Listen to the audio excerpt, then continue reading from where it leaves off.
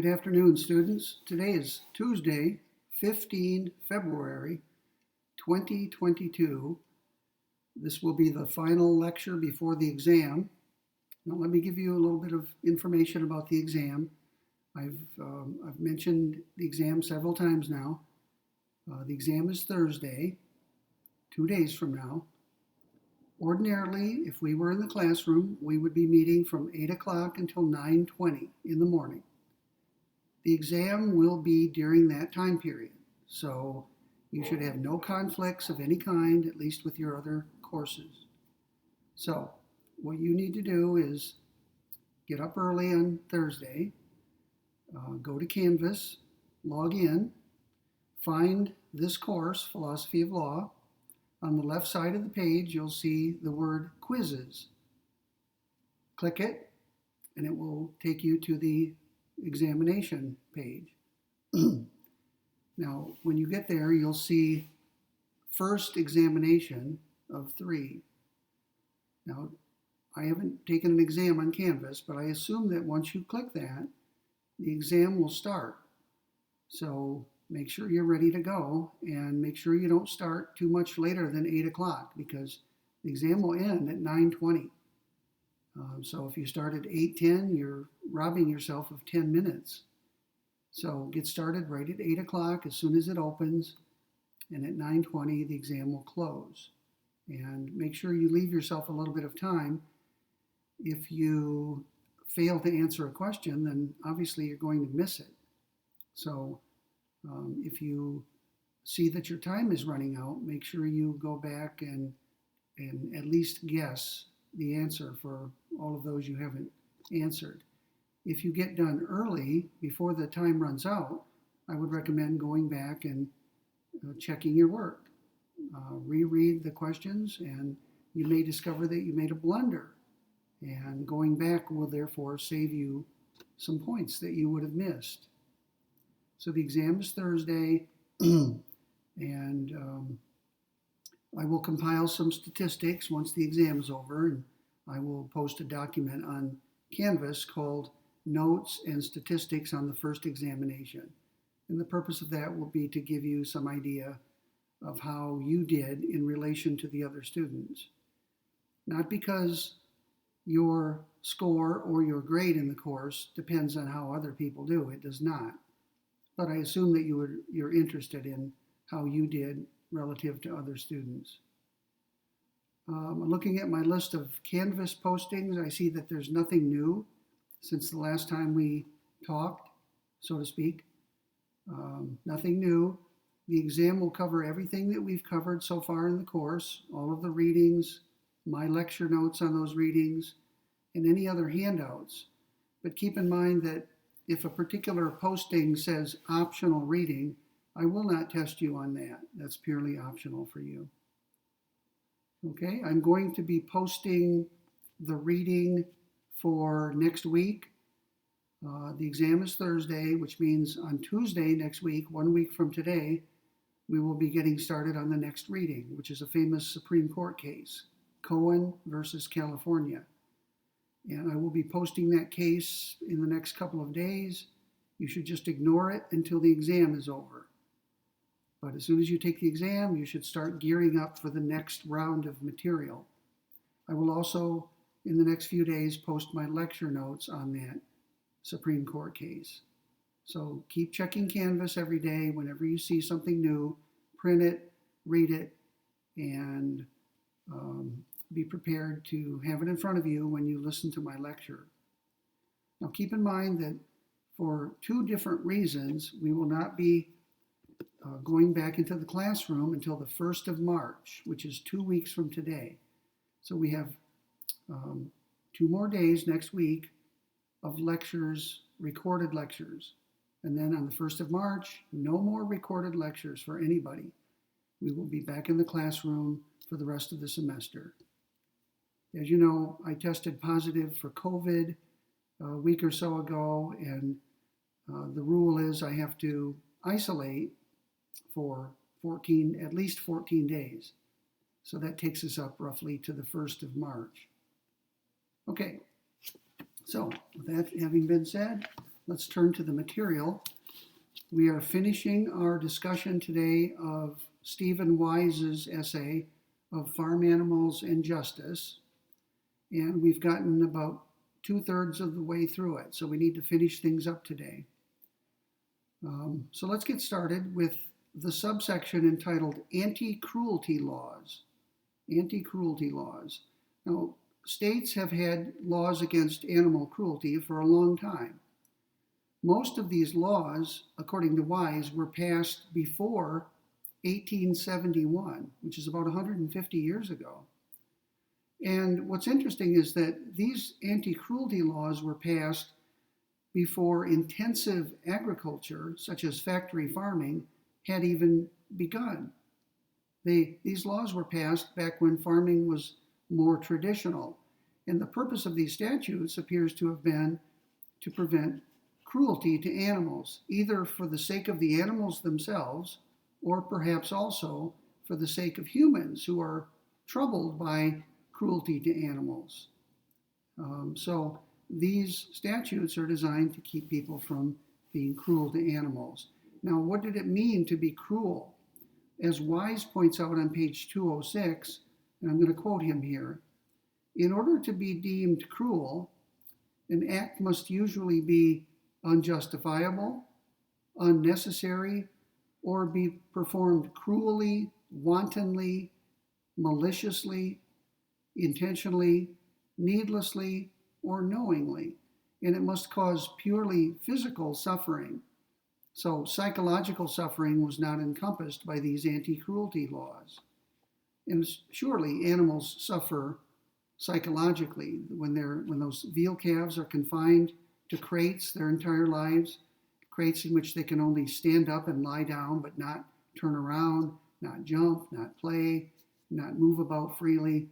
Surely that's a form of psychological suffering or pain even if it's not physical pain.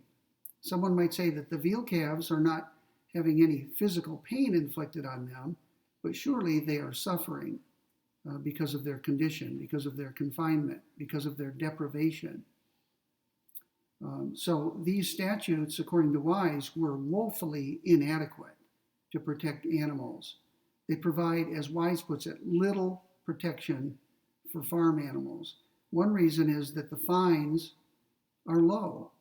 People who are convicted under these anti-cruelty laws typically have a fine imposed on them by the court, and the fines are low. So many farmers might view it as just a cost of doing business. They pay the fines whenever the fines are inflicted or imposed on them, and they then pass on the costs of those fines to the consumer. So they don't really have any disincentive to change their behavior, any disincentive to inflict pain and suffering on the animals. Also, according to Wise, these anti-cruelty laws, many of which are quite old, they provide no private enforcement right. These are often criminal statutes, and so it's left up to the local prosecutor whether to press charges against the person who's deemed to be cruel. So enforcement of these anti-cruelty laws is left to agents of the government. And unfortunately, many of them don't take these laws seriously. So, as Wise puts it, enforcement tends to be lax, L-A-X, lax, or inadequate. So anyone who hopes that anti-cruelty laws will solve the problem of factory farming is incorrect. These laws are toothless. They are rarely, if ever, enforced. They cover only the most blatant cases of cruelty where it's wanton or intentional. They don't cover cases where the farmer in question simply fails to provide adequately for the needs of the animals. Okay, there's a discussion by Wise of religion, which I'm going to pass over. Wise points out that many religions, maybe not all of them, have been either hostile to animals or indifferent to the welfare of animals. Now, why he put that in, I'm not sure. This essay ultimately is about the law, what the law is, and what it could be. Wise is going to argue for changes in the law on moral grounds. So there's really no reason for him to bash any religions, but he does anyway. If you read footnote 60 in his article on page 208, you can see some of the things he says about religion. He talks a little bit about the biblical injunction to have dominion over the animals of the earth. And of course, that's vague. What does it mean to have dominion? Does that mean you can do literally anything you want to animals for any reason? Or maybe it means something other than that. It may mean wise stewardship and concern for the animals. So there's been a lot written about the religious treatment of animals. And I'm just going to pass over it, having said that much. Now, in this section, Wise begins to flesh out his argument. Look at what he says on page 209. He says, quote, "It is unnecessary for human beings to treat farm animals as they do. And because it is unnecessary, and because the animals suffer, it is unjust." Now, you'll notice he used the word because twice. You can think of those as the premises of his argument. So the conclusion is that it's unjust to treat farm animals the way we humans do, at least in factory farm settings. Why is it unjust? Well, it's unjust because it inflicts suffering on the animals, and the suffering is unnecessary. If the suffering were necessary for some legitimate purpose, that would change things. But according to Wise, much of the suffering inflicted on animals is not needed. It's unnecessary, and that's what makes it unjust. So later in the meeting today, I'm going to be going over my reconstructed argument. It's 2 pages long, and we'll take a look at it in a few minutes when we get to that part. Before we leave this section on anti-cruelty laws, Wise points out that there has been federal legislation on the topic of animals and how they're treated. But this legislation, he says, is ineffective in some cases, and sometimes it doesn't even apply to farm animals. He talks about the Animal Welfare Act for example, which is a federal statute, a federal law, and he says that it doesn't even cover, by its own terms, it doesn't even cover livestock and poultry. So those are the main things that the main animal species that humans eat: livestock such as cows and pigs, and poultry, which would include chickens, ducks, turkeys, geese, and other birds. So the Animal Welfare Act, despite its impressive sounding title, doesn't even apply to these farm animals. And if it doesn't apply, then it can't very well protect them. There's a thing called the 28-Hour Act, which Wise discusses on page 210. It's designed to ensure that animals are not transported for too long, that within a certain period they must be removed from the railroad car, if that's the way they're being transported. They have to be allowed a break from their close confinement while being transported, a break for them to move about, to exercise their limbs, to eat and drink, and so forth. There's also a law called the Humane Slaughter Act, which has to do, obviously, with the conditions under which animals are slaughtered or put to death for processing before being processed as food. And Wise finally points out on page 212 that as compared to other countries, the U.S. does not protect animals as well. Some European countries, Sweden, I recall reading about, Sweden protects farm animals to a greater degree than the United States does. So Wise would applaud that, and he would suggest that the United States get up to speed and improve conditions for farm animals the way Sweden and other European countries have done. Okay, so that ends the subsection entitled Anti-Cruelty Laws. The general theme there seems to be that they are not good enough. Wise thinks that while they may provide some protections for farm animals, they don't go nearly far enough, either because they don't apply at all, or if they do apply, they're not properly enforced. Okay, let's turn to the next section. It's entitled Difficulties in Invoking Civil Process on Behalf of Animals. Wise begins this discussion with the topic of standing. And I believe I mentioned this the other day, but let me give you a quick review. Standing is a legal doctrine. It's designed to ensure that when people go into court, they have a strong interest in winning the case. We don't want people just to go into court for frivolous reasons where they aren't really trying to prevail. So the way to ensure that people try to win the case is to ensure that they have a personal stake in the outcome. If I'm going into court, either personally or through an attorney who represents me, I must have some stake in the outcome. I cannot go into court to represent the interests of other people or other individuals. Okay, that's not allowed. So standing is a long-standing, no pun intended, standing is a long-standing legal doctrine designed to ensure that parties to a lawsuit have a strong interest in prevailing.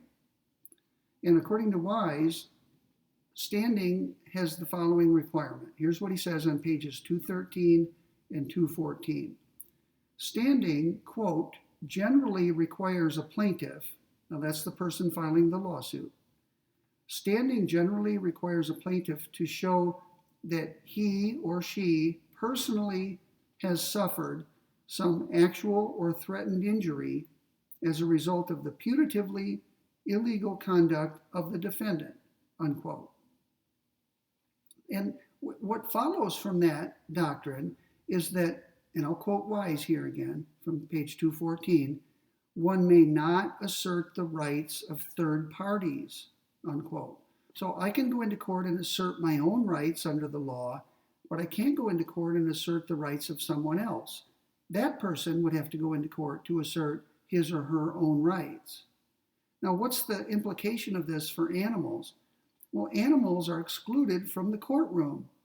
Animals, under the law, lack standing.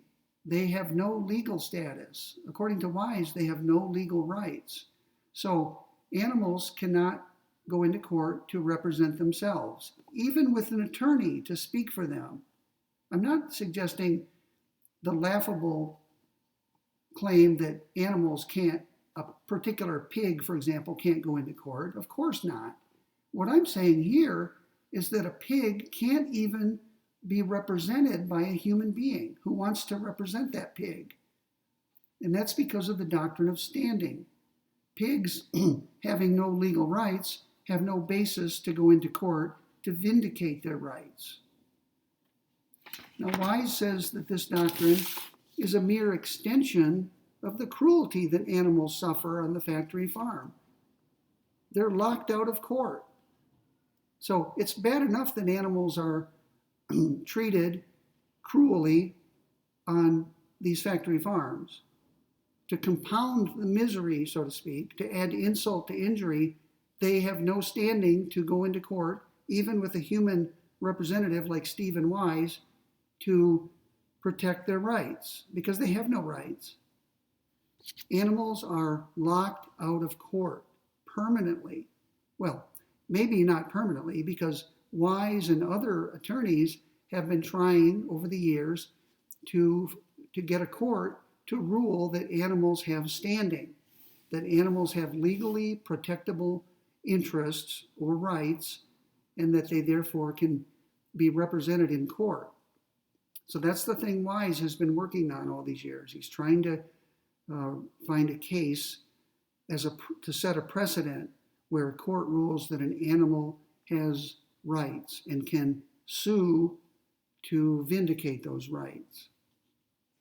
Now you may be wondering, why can't animals be represented by human beings like Wise?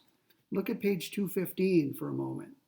Wise says the following: one solution, and it's a solution of the problem of being locked out of court, one solution would be to expand the notion of guardianship, to permit human beings to act on behalf of farm animals in a manner analogous to the way in which guardians currently act on behalf of incompetent human beings, unquote.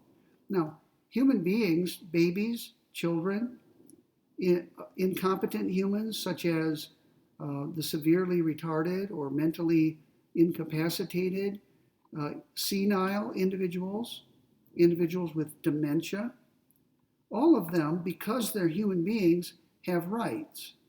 And those rights can be protected or vindicated in court. They themselves cannot speak for themselves or represent themselves, but others can represent them in their behalf. That's called a guardianship. It's a very old doctrine in the law.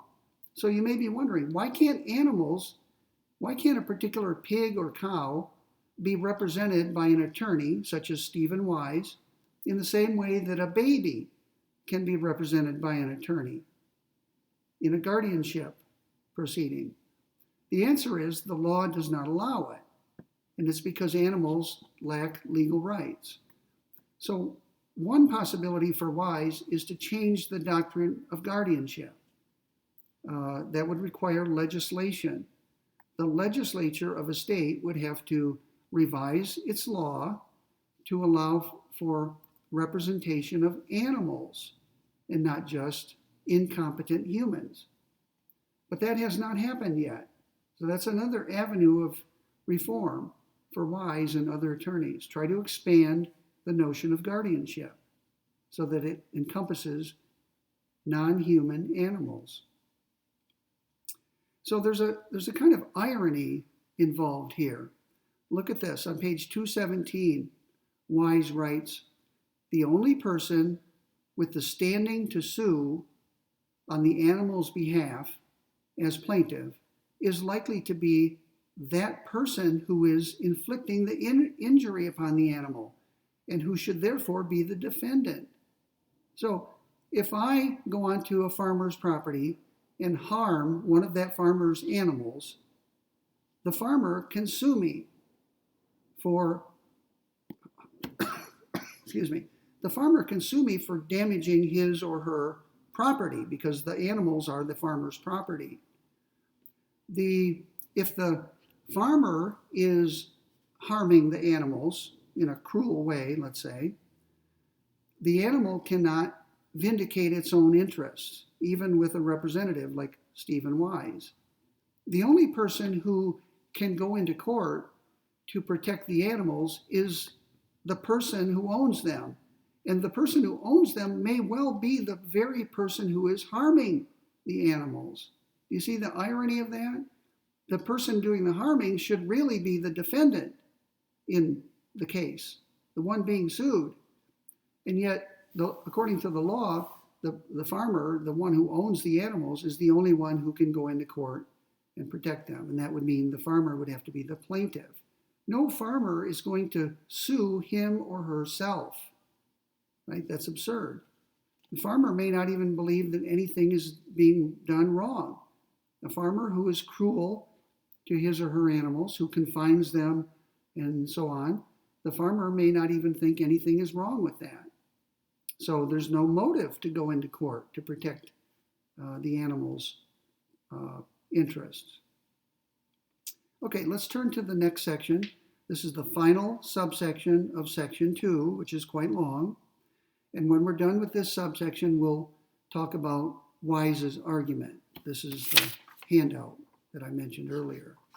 Okay, we'll look at his conclusion.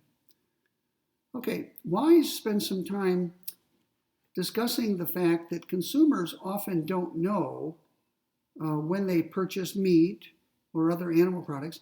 Consumers are often in the dark about how that meat or those animal products were produced. And the remedy for that kind of ignorance is information, knowledge. So what if a particular state, a particularly enlightened state, what if a state tried to pass legislation requiring that all meat sold in that state, I'll just limit it to meat for the sake of discussion. What if a state passed a law that required that anyone selling meat in that state must inform the consumer, the prospective consumer, of exactly how that meat was produced, whether it was produced in factory farm conditions or non-factory farm conditions, whether the animals in question were pumped up with antibiotics or fed an artificial diet, a liquid diet for veal calves, for example. You would think that people have a right to know that, wouldn't you? We talk a lot about the right to know. An informed consumer is one who knows relevant facts about the various products that are for sale. And you would think that everyone would want people to know these facts, right? What's wrong with knowledge? You would think that the more knowledge people have, the better we all are. And yet, Wise says states cannot require such knowledge, such information provided to consumers. And the reason is there's a federal law on the books. It's called the Federal Meat Inspection Act. That law preempts states from requiring the provision of information to consumers. Now, let me explain that for a moment. In our federal system, federal law prevails whenever it conflicts with state law. That's called the preemption doctrine. When Congress passes a law like the Federal Meat Inspection Act, Congress is saying to the states, we have covered this whole field, right? We have passed legislation, and we are not going to allow any state to pass legislation in the same area. So back off. That's called preemption.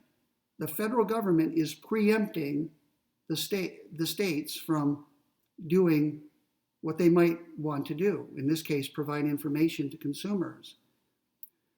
So this federal law keeps states from requiring that information be provided to consumers. Now, I'm not suggesting that any state would pass such legislation. What I'm saying is, even if a state wanted to, it couldn't because of the federal law.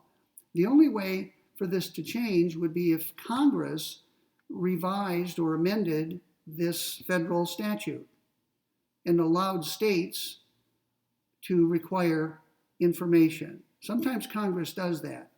Congress, in effect, says, here in the Federal Meat Inspection Act are the requirements. If a particular state wants to impose even more stringent requirements, it may do so. So it doesn't require states to do anything. It allows them to do something extra. But Congress hasn't done that.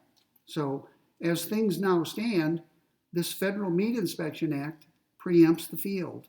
And Wise thinks that that is unacceptable. In fact, Wise thinks that that act violates the First Amendment. The First Amendment, among other things, guarantees the right to speak, freedom of speech, freedom of expression. Surely, Wise thinks, surely people have a right to know what is in the food that they buy.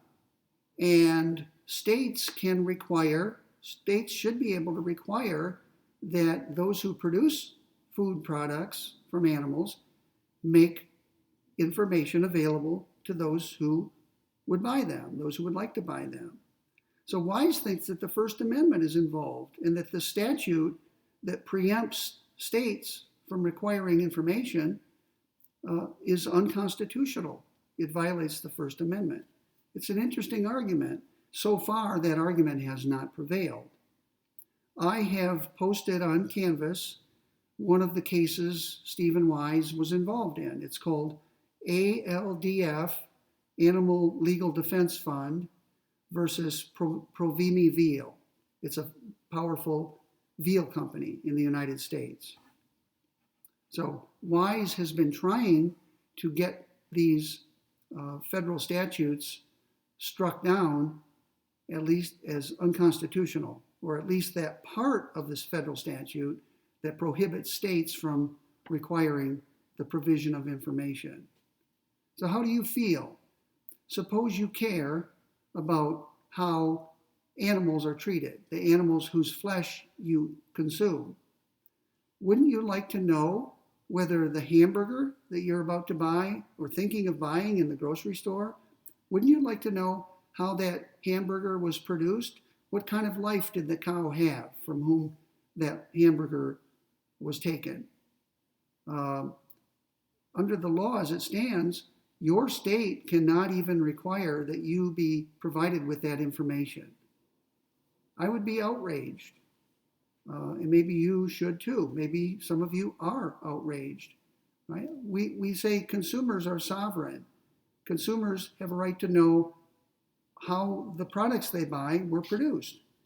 Don't you want to know whether the tennis shoes or sneakers that you are thinking of buying were made in some other country with slave labor? Would it matter to you if you found out that something you just bought, some shoes, for example, were manufactured in another country with either slave labor or child labor? I think most people care about such things.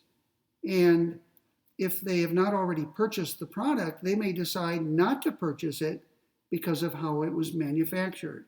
You will seek out a pair of shoes that were made in a certain way, humanely, without the use of slave labor or child labor. So many consumers want to know. And the Federal Meat Inspection Act says, in effect, states cannot require the provision of information for their consumers. And that outrages people like Stephen Wise. So what information might be required? On page 223, Wise mentions the following. He says, the facts that the meat was or was not the product of factory farming. That's something many people would like to know before they make a purchase. Secondly, people want to know whether the animal in question was or was not fed continuous subtherapeutic dosages of antibiotics. Animals, as you know from early in the essay, are often pumped up on these factory farms with antibiotics. It's to keep them from getting sick. A sick animal can't be sold. And if an animal can't be sold, then a profit can't be made by the farmer. So farmers have a strong interest in protecting the health and the lives of the animals they're raising for sale, for food. And keep in mind, they don't care about the animals for their own sake. They view the animals as a thing, and they want to sell that thing at some point and make as much profit as possible.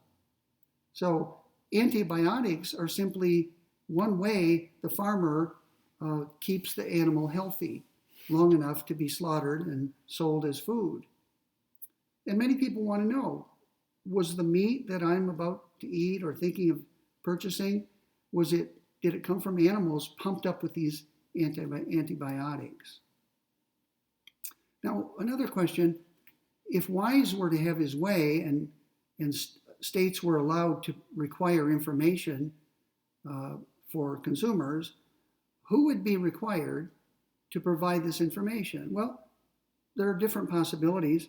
The meat producers themselves may be required by law to provide information to consumers. Grocers, right? The place where people buy the meat.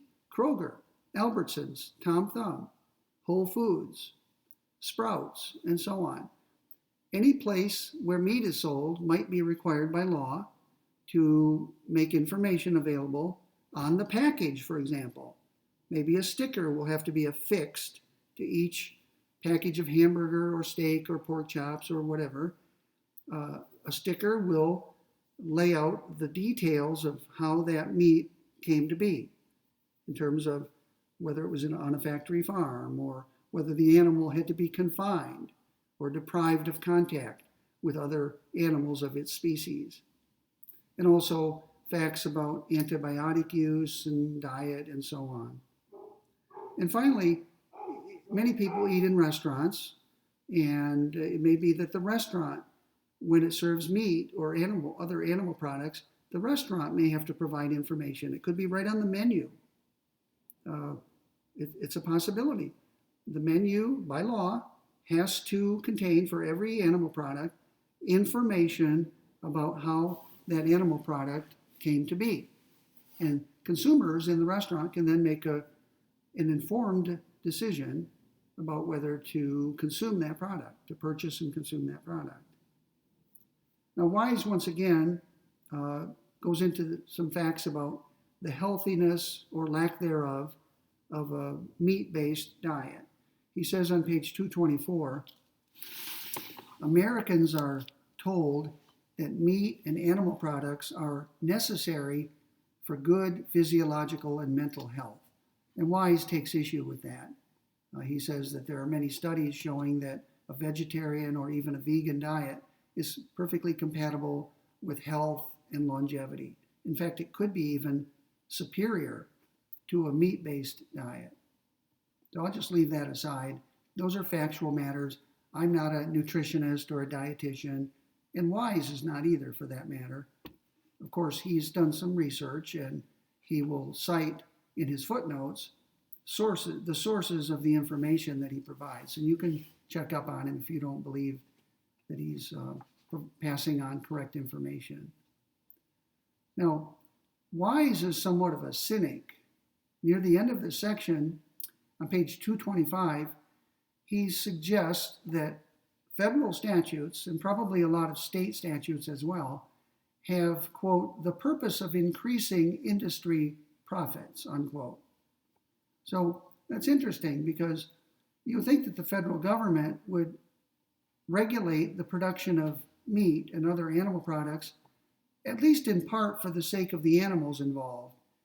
But Wise is suggesting that really what this legislation is designed to do is to increase the profits of the producers, the poultry industry, or the egg industry, or the beef industry, or the pork industry. That is a very cynical way of looking at things. That's not to say it's not true. What it does is it suggests that there is a disreputable motive, that Congress, when it enacts laws, has been captured by these powerful, wealthy interests. Like I said, the poultry industry or the beef industry. And this is a common thing. There's actually a term for this. It's called regulatory capture. Sometimes a government agency, or even Congress itself, which is a lawmaking body, sometimes they enact legislation or pass regulations that are designed to protect the environment or the animals involved. But over time, the industries themselves capture those agencies, like the Interior Department or the Agriculture Department.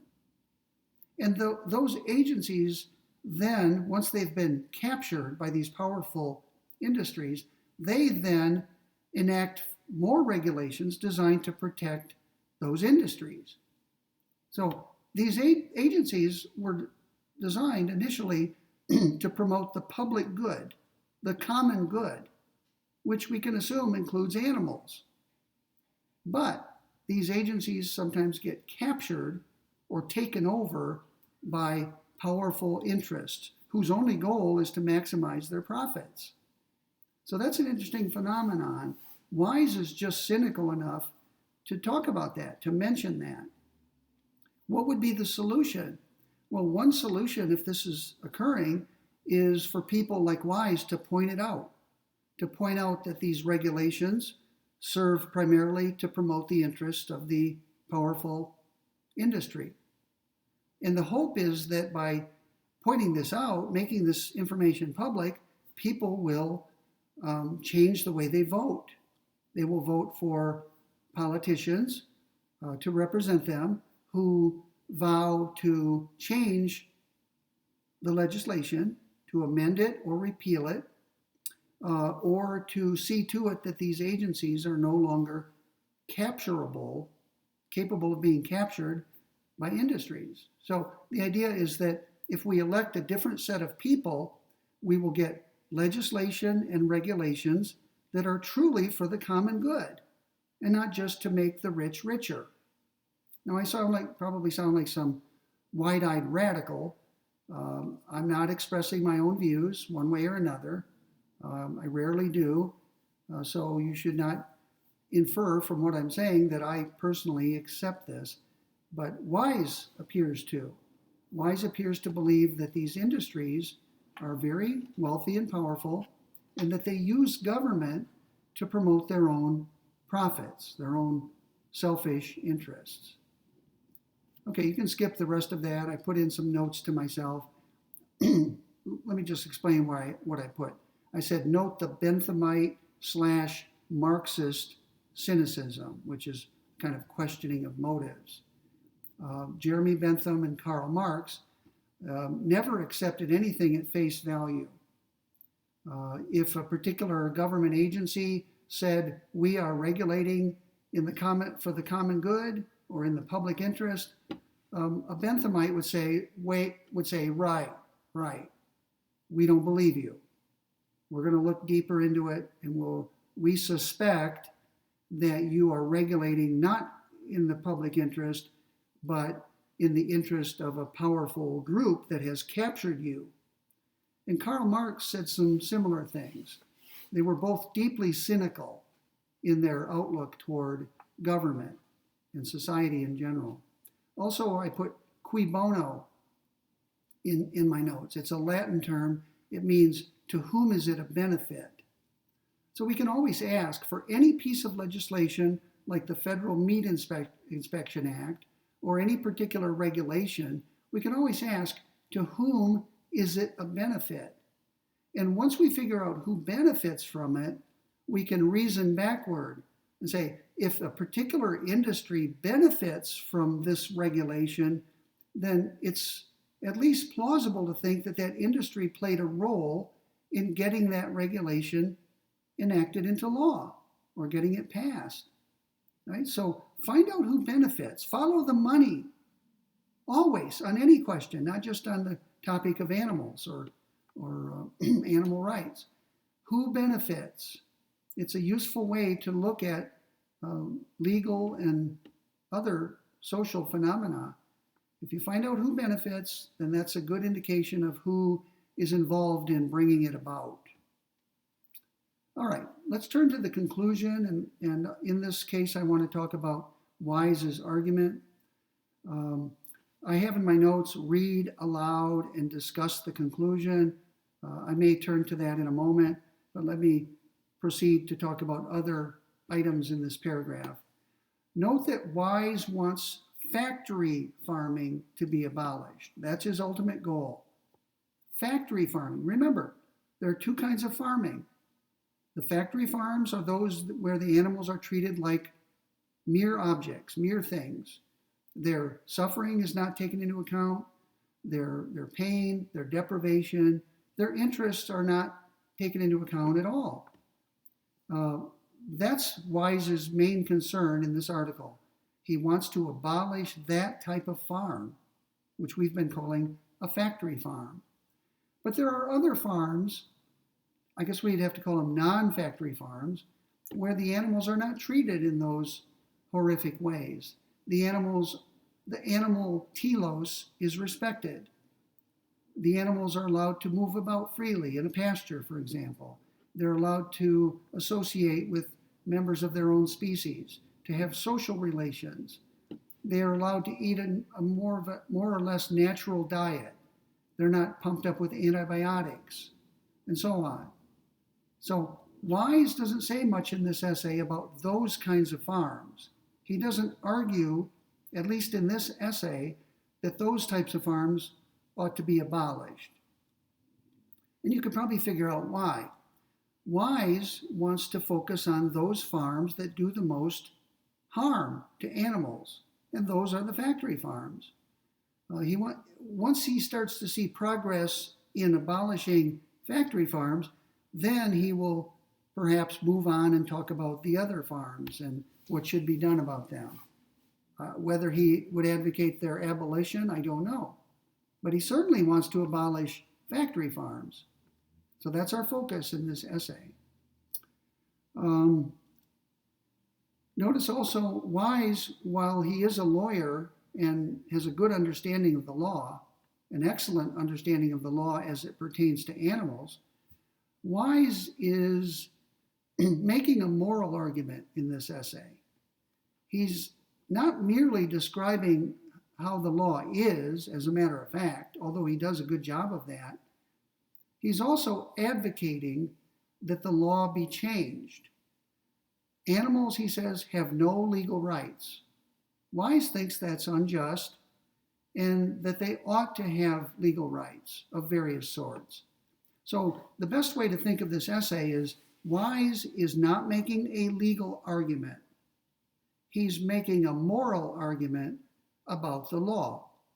He's making a moral argument about what the law ought to be, or what the law would be if it were just and fair rather than unjust and unfair to animals. So let's look at my reconstruction of Wise's argument, and I will ask some questions about this argument on the exam, so you should study it carefully.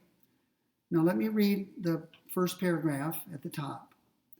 What follows in this handout is my reconstruction. Notice reconstruction means reconstruction. So the implication is someone else besides me constructed the argument, and that of course would be Wise. My role is to construct it again. You'll notice that in this article, Wise never laid out his argument step by step, the way I do here. So Wise constructed the argument, he made the argument, but he didn't lay it out formally. I'm doing that. I, Keith, am doing that. So I'm said to be reconstructing his argument, to make it explicit, to make all of his assumptions explicit, to show each piece of reasoning. And my goal in doing that, which is something philosophers very commonly do, my goal in doing that is to, first of all, display all of Wise's assumptions. Why? Because sometimes people assume things that are false. If I display and make visible all of his assumptions, we can examine them and see whether they're true. We don't want Wise to get away with assuming something that is actually false. So our goal is to make them explicit so we can evaluate them directly. Secondly, this argument is really a series of individual arguments linked together like a chain. So this is really a chain argument. It's a connected series of arguments. If any of those arguments is invalid, then the whole chain is invalid. So Wise is stringing together several arguments, and all of them must be valid in order for the whole chain argument to be valid. So I'm reconstructing Wise's argument so that we can examine it carefully to determine whether all of its premises are true and whether all of its inferences are valid. So let me go back to that introductory paragraph. The argument contains four different inferences, and you can identify them because the word therefore appears 4 times. It appears once on the first page and 3 times on the back, or the second page. So there are 4 arguments that link together to make up this argument chain. If even one of the 4 arguments is invalid, the whole chain is invalid. Okay, it also contains 5 premises. A premise is a starting point for argument. It's an assumption that you are making for purposes of arguing. And this argument has 5. The premises are 1. In fact, you can tell what the premises are because anything with the word therefore in front of it is not a premise. It's a conclusion. So the premises are proposition 1, proposition 2, proposition 4. Proposition 4 is a new premise. Proposition 6 and proposition 8. Okay, those are the 5 premises or assumptions that Wise is making, at least as it seems to me, the person doing the reconstruction. If any of those 5 premises is false, then this whole argument is unsound. And that means that nobody is committed to accepting its conclusion. All right, so how many ways are there for this argument to go bad? 4 inferences, any one of which could be invalid, and 5 premises, any one of which could be false. 5 plus 4 is 9. So this argument has 9 distinct points of vulnerability. 9 ways you can go at it. So Wise has a heavy burden, doesn't he? Wise, assuming I've got his argument right, which I think I do, but of course I could be wrong, Wise has to, in order for this argument to be persuasive to someone, he has to ensure that all 5 of his premises are true and that all 4 of his inferences are valid. Okay? So he's got a lot of work to do to make this a persuasive, convincing argument. So let's read over the argument from step 1 to step 9, and then I want to go backward. And you'll understand why I want to do that in a minute. So let's start with proposition 1. Wise assumes, for the sake of this argument, that farm animals are sentient beings. What does that mean? It means capable of suffering. They're beings who are capable of suffering. Now, he's talking about animals like cows, pigs, sheep, goats, and so on, the chickens, the animals who are most often used as food. And they're sentient. He's claiming that they're sentient. Now, that could be false. If a particular animal species that is used for food comes from involves animals who are not sentient or capable of experiencing pain and suffering, then Wise's argument would not apply to that particular species of animal. But I think we're on safe ground in assuming that cows, pigs, sheep, goats, chickens, geese, ducks, turkeys are all sentient beings. They're not like earthworms or insects where we have a doubt about whether they can feel pain. So premise number 1, I think, would be accepted by everyone, or almost everyone. All right, here's Wise's second premise. By the way, premise number 1 is a mere factual claim. It's not a moral claim. It's not a conceptual claim. It's a factual claim. Okay, premise 2 is a moral claim. And not everybody may agree with this. So Wise is pitching his argument at people who agree with this. It says, sentient beings have a prima facie moral right not to be made to suffer. What he's saying there is that the mere fact that a being is sentient gives it what he calls a prima facie right. And that right in particular is the right not to be made or caused to suffer. Now let me pause for a moment to explain the concept of a prima facie right. How does a prima facie right differ from a right? Well, a prima facie right is a right that you have or that someone has unless and until some more important consideration conflicts with it. So you can have a prima facie right to do something, but not a right, all things considered, to do it. Let me illustrate it with the right from a different context, the right to speak. Every one of us has a prima facie right to speak, a legal right for sure under the First Amendment, and also arguably a moral right, a prima facie legal and moral right to speak. What that means is that unless and until a more important consideration comes into play and conflicts with that right, the right will stand. As you know, the right to speak is not unlimited. There are limits. There are exceptions. I have no right, according to the famous line, I have no right under the law, and I should have no right under the law, to yell fire in a crowded theater. And of course, that means falsely yell fire when there's really no fire. Okay? I have a prima facie right to speak, but that right does not apply in a situation where I misrepresent the presence of a fire and yell fire in a crowded theater.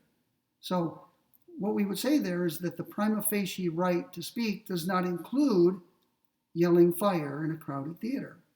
And that's because there are other important things involved besides speaking, right? People's lives are at stake in a situation like that.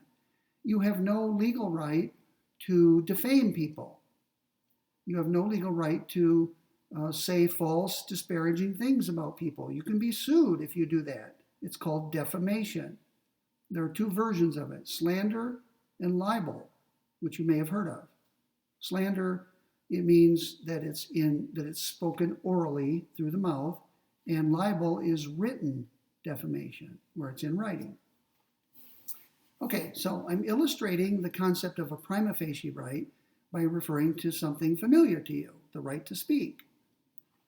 Now, a prima facie right not to be made to suffer just means that you have a right not to be made to suffer unless something more important is involved. And there could be. My right not to be made to suffer could be outweighed by the interests of society in punishing me. What if I have broken the law? What if I've murdered somebody and I've been sentenced to death, and the death is to be carried out with a lethal injection? That may impose some degree of suffering on me as I'm being put to death. So my prima facie right not to be made to suffer would be outweighed by the circumstances, namely that I've been duly convicted of murder, the punishment for which is death by lethal injection, which incidentally involves a certain amount of suffering. Okay, so all Wise is saying here is that sentient beings, by virtue of their capacity to experience pain and suffering, have a prima facie moral right not to be made to suffer. Right? And keep in mind, he's not saying they have a right all things considered. He's saying that unless and until something more important gets involved or comes into play, beings have that right. Okay, so if you accept the first premise and the second premise, and Wise thinks that most or all of his readers will, you are committed logically to accepting Proposition 3. Proposition 3 says, farm animals have a prima facie moral right not to be made to suffer. So notice, he's not done arguing yet. He's working his way to his grand conclusion. Remember, his grand conclusion is that factory farming ought to be abolished. And he's not there yet, but he's working his way there. So go to page 2 of the handout. I copied it on one sheet of paper, so I'm turning mine over. And look at a new premise. Proposition 3 was the conclusion of the first argument. It now becomes a premise of a new argument, together with Proposition 4, which is a new premise. 4 says the factory farm system inflicts unnecessary and unjustifiable suffering on farm animals. That's a moral claim. It looks like a factual claim, but it's a moral claim because of the words unnecessary and unjustifiable. Unjustifiable means that it's incapable of being justified morally, and that's a moral claim. So Wise has added a moral judgment. I think he thinks that all or most of his readers will accept this. It's a claim about factory farms and how they and what they do. They inflict Not just suffering, but unjustifiable suffering, suffering that's not necessary to produce the flesh that people want to eat. Now, what do you get when you put 3 and 4 together?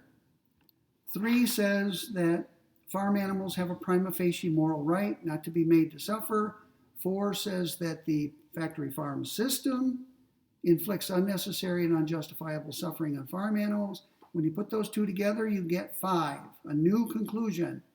The factory farm system violates the moral rights of farm animals. Right? They have a prima facie right not to suffer, and the factory farm system inflicts unnecessary, unjustifiable suffering on them. It therefore violates their rights. That's what 5 says. And that also is a moral claim. Now, we're not done yet. We're close. Remember, we want to bring abolition into play, and we're not there yet. So far, we haven't mentioned the word abolition. So, Proposition 5 is the conclusion of the second argument. It now becomes a premise of a new argument, the third argument. But we need to add a new premise to combine with 5. 6 is the new premise. It says, it is unjust to violate moral rights. That's an interesting claim. In fact, I've listed it as a conceptual claim. It's a claim about ideas. The idea of injustice is conceptually linked to the idea of a moral right, specifically a violation of a moral right. That's just what injustice is. When you act unjustly, you are acting in a way that violates someone's moral rights. So Proposition 6 just makes explicit how those two concepts are related to one another. But guess what? When you combine 5 and 6, you get a new conclusion. Once again, 5 says the factory farm system violates the moral rights of farm animals. 6 says it's unjust to violate moral rights. What do you get as your conclusion? 7, the factory farm system is unjust. Okay, that follows logically from 5 and 6. We're almost there, but not quite, because we still haven't talked about abolition. Let's bring in a new premise. It's Proposition 8. Proposition 8 says unjust practices, institutions, and systems should be abolished. Right? That's a moral claim because it has those words, should be. Anything that's unjust, whether it's a system, a practice, an institution, it should be abolished. We should get rid of it. Wipe it off, wipe it away, extinguish it, abolish it. Well, Proposition 7 says the factory farm system, the system, is unjust. Put that together with 8, and you get the grand conclusion of Wise's argument, which is Proposition 9. The factory farm system should be abolished. And again, that's a moral claim because it has the words should be in it. That's a moral term. Should be, ought to be. So there you have it. Wise, in support of his grand conclusion that factory farming should be abolished, has constructed an argument, actually a series of arguments, that contain premises that he thinks are true, or at least plausible, and all of the inferences he thinks are valid. Once again, a critic who disagrees with 9 has to find fault with this argument. And as you saw earlier, there are 9 ways to find fault with it. You can challenge the truth of one of those 5 premises, or you can challenge the validity of one of those 4 inferences. So if you think something's wrong with this argument, and if you don't want to accept Proposition 9, have at it. Go at it. Try to show that one of Wise's premises is false or that one of his inferences is invalid. My goal in reconstructing this argument of Wise's is to make it as strong as I can. You should always strive for that. Whenever you're reconstructing someone else's argument, make it as strong as you can. Improve it if you can. Because then, having made it as strong as it can be, if you can find fault with it, you've actually accomplished something. So it's a two-step process. Reconstruct it charitably, fairly, honestly. Make it as strong an argument as you can. Having done all that, go after it. Because again, if you then can find a problem with it, you have actually accomplished something. Okay, I said a moment ago that I want to go backward. And this is designed to show you how the argument was put together. Suppose Wise came to talk to your group, whatever it may be. Wise came to campus, and as he stood in front of you on the podium, he asserted Proposition 9. In other words, the first words out of his mouth that day were, the factory farm system should be abolished. Now, before he proceeds from that point, someone in the audience may say, excuse me, Professor Wise, what is the factory farm system? Would you please describe it so that we know what we're talking about? And he would. That's what a large part of this essay is factual. It's to describe this thing he calls the factory farm system, how the animals are treated in it, and so on. Okay, so Wise has explained what the factory farm system is, and then he asserts it should be abolished. He makes that moral claim. Now, someone in the audience may at that point raise a hand and say, with a puzzled look, Professor Wise, you have made a bald assertion, an unsupported assertion, that the factory farm system should be abolished. What are your grounds for that? Why should it be abolished? Wise would answer as follows. He would cite Propositions 7 and 8. Wise would say, good question. You're asking me why the factory farm system should be abolished? Here are my reasons. The factory farm system is unjust, and unjust practices and systems and institutions should be abolished. That would be his answer to your question. You ask him, why should it be abolished? Because it's unjust, and unjust systems should be abolished. Two reasons. Those two reasons together entail or support the conclusion, 9. Now, imagine someone else in the audience, or perhaps the same person. First of all, you think about what Wise just said, right? He has cited 7 and 8 as his support for 9. Someone might say, excuse me, Professor Wise, you say that the factory farm system is unjust. That's number 7. Why? What makes it unjust? What are your grounds for asserting that the factory farm system is unjust? Wise would now cite 2 additional reasons, which are 5 and 6. Wise would say to you, the factory farm system is unjust because it violates the moral rights of farm animals, and it's unjust to violate moral rights. Okay? So he's giving you 2 new reasons which together entail or support 7. So he's answered your question. Your question was, what is your support for 7? He mentioned 5 and 6. Okay, now suppose somebody says, Professor Wise, I agree with 6. I'm not going to quibble with that. You say the factory farm system violates the moral rights of farm animals. How so? What are your grounds for saying that? What reasons are there for me to believe that? And Wise would cite 3 and 4 as his support for 5. He would say, the factory farm system violates the moral rights of farm animals because farm animals have a prima facie right not to be made to suffer. That's 3. And the factory farm system inflicts unnecessary and unjustifiable suffering on them. That's why the factory farm system violates their rights.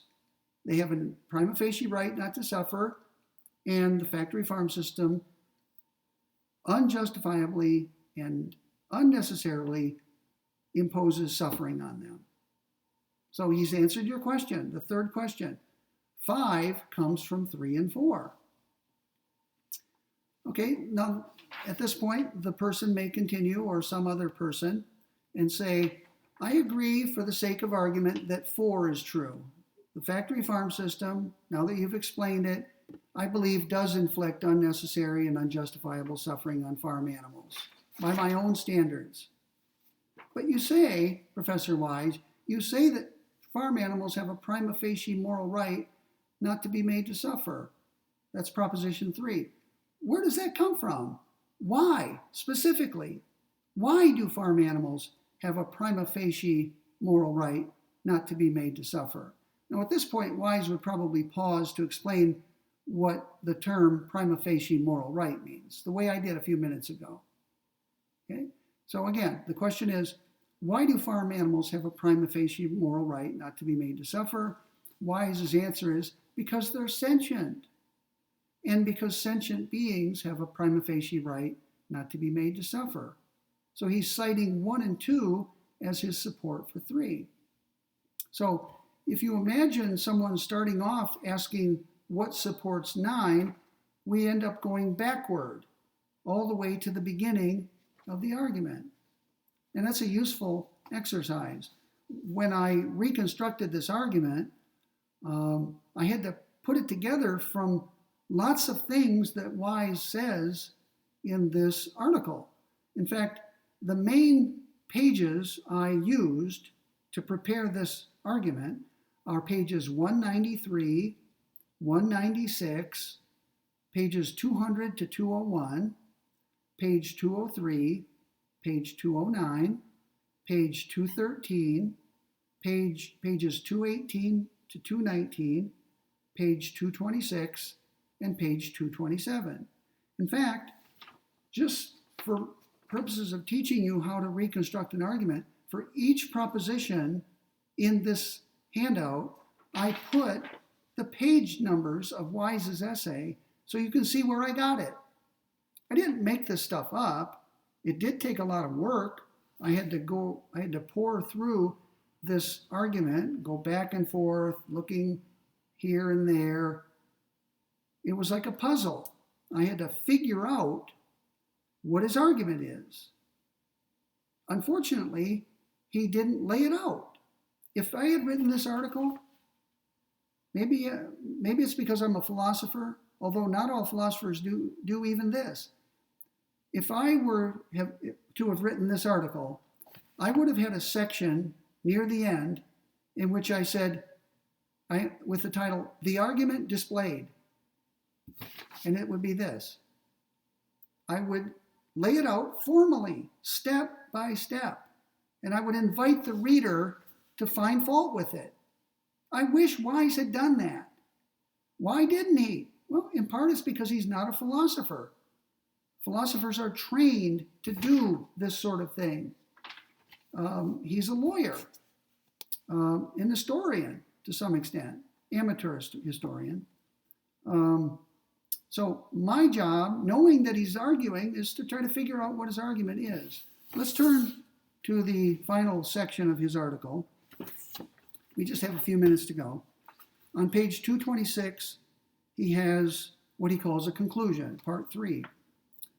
He says, let's see, do we have time to read this? I think we do. I'm going to read this together with you. I'll pause as we go along to comment. Remember, a conclusion of an essay tries to tie up the various strands, to tie up loose ends, so to speak, so that the reader, having read the conclusion, is reminded of the point of the whole article. Here's what he says. The problem of the unjust use of farm animals is large, growing, historical, institutionalized, governmentally encouraged, and fundamentally unregulated at either the state or federal level. Farm animals are treated essentially as raw materials. Their ethological needs and direct interests are neglected to the extent that their needs are not as congruent with higher productivity and profit. Their interests are primarily protected, if at all, through archaic state anti-cruelty statutes that were not passed in contemplation of the factory farm or genetic engineering. They are of little use and little used. Farm animals remain helpless because they're legally incompetent, and assertion of their interests, now there's a typo here, that should be is. The assertion of their interests is barred by the traditional legal doctrine of standing, a concept that is sound only when applied to competent human beings like you and me. Though factory farming and biotechnological techniques massively violate the moral rights of farm animals, they have no remedy. So there he's asserting something, isn't he? He's asserting very clearly that factory farming violates the moral rights of farm animals. Now, where is that in my handout? That's Proposition 5. Okay? So I found support in his article for one of the 9 propositions right there. All right, continuing. American consumers know little of the needs of farm animals, little of the health risks of eating them, and almost nothing of modern factory farming and biotechnological techniques. So there's a widespread ignorance about all of those things. The federal government neither adequately protects nor informs consumers about the animal products they eat or of the health hazards of eating them. Instead, it aids industry boards that exist solely to sell animal products. That's that notion of regulatory capture that I talked about earlier, where the agency of the federal government that is supposed to promote the public good actually ends up promoting the private good of powerful groups. He says it also provides tax incentives to factory farmers. Now that's interesting. I hadn't mentioned that yet, but when you provide a tax incentive, that means you're lowering the tax on some activity or good or service. When you lower taxes, you are encouraging the producer to produce more. There's an old saying in economics, if you want more of something, subsidize it. If you want less, tax it. Well, if you reduce the taxes on factory farming, you're encouraging people to engage in it to a greater degree. You're saying more factory farming. Because Congress has preempted the field or taken over the field, states like Texas or Wisconsin or California, states have been unable to enact additional laws that require meat producers to provide consumers with accurate and relevant product information. Consumers, according to Wise, should have the right to know in order to make informed decisions. Now, he's making a moral judgment there. He's saying they should have the right to know. That's his judgment. You may or may not share that. I do think most people, when asked, would say more information is always better than less. Other things being equal, it's better for people to know more about what's going on or what actions they're about to perform than less. Finally, Anglo-American justice has reformed or abolished the unregulated wholesale exploitation of the helpless by the strong. Women, children, blacks, and the disabled have all tasted its sweet fruits. Fiat justitia ruat caelum tet. And in the footnote, he explains what that means. It means let justice be done, whatever be the consequence. That means certain things are just flat out wrong, and we need to abolish them or change them, no matter what the consequences may be. We should be prepared to bear the consequences of doing the right thing. We're going to liberate women, children, blacks, and the disabled, even if it has a cost, even if taxes have to go up, for example.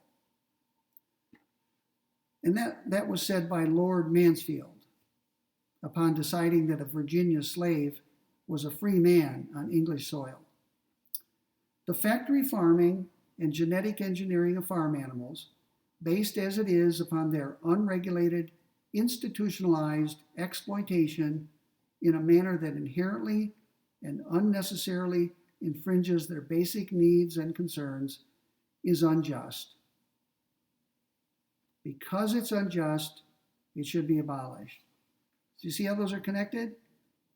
Number 9 says the factory farm system should be abolished. What's his support? In part, it's because they're unjust, and unjust institutions should be abolished, like slavery. Okay, so I provide you page numbers. So if you're wondering where I got a particular claim here, you can track it down in the text, the way I did. Okay, so the lesson is, if you're a budding philosopher, some of you are majoring in philosophy, some of you may hope to go on to graduate school to earn at least a master's degree, take this lesson to heart. When you read an article where there's an argument, the author, unfortunately, may not lay it out step by step, but you can reconstruct the author's argument. And this is a good example of that. Okay, that's enough. I'm sorry I kept you a few minutes late. We've been at it for 1 hour, 21 minutes and counting. So I'm going to stop now. I've told you everything I can about the exam. I will probably send an email to everybody sometime tomorrow, the day before the exam, just a final reminder. Please take the exam between 8 o'clock and 9:20. Makeup exams are just needless work for me. It's time consuming, it's complicated. I have to go in and arrange for the exam to be opened up for maybe just one student.